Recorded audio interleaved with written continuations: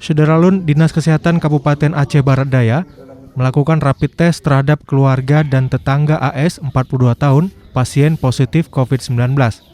Selain keluarga di rumah yang kontak langsung dengan AS, sejumlah tetangga dan saudara saat bersilaturahmi dengan AS pasca pulang dari RSUZA juga dilakukan rapid test. Rapid test yang menurunkan 2 tim Dinas Kesehatan itu dilakukan terhadap 3 anak AS, suami, adik kandung AS, dan ibu AS. Sementara tetangga yang dirapid test sebanyak 4 orang.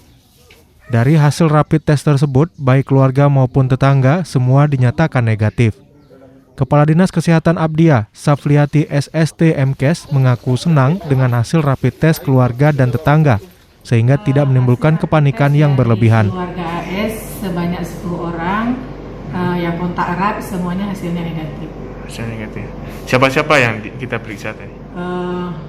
Anaknya, kemudian juga adik dari AS, dan orang tua AS juga diperiksa. Hasilnya?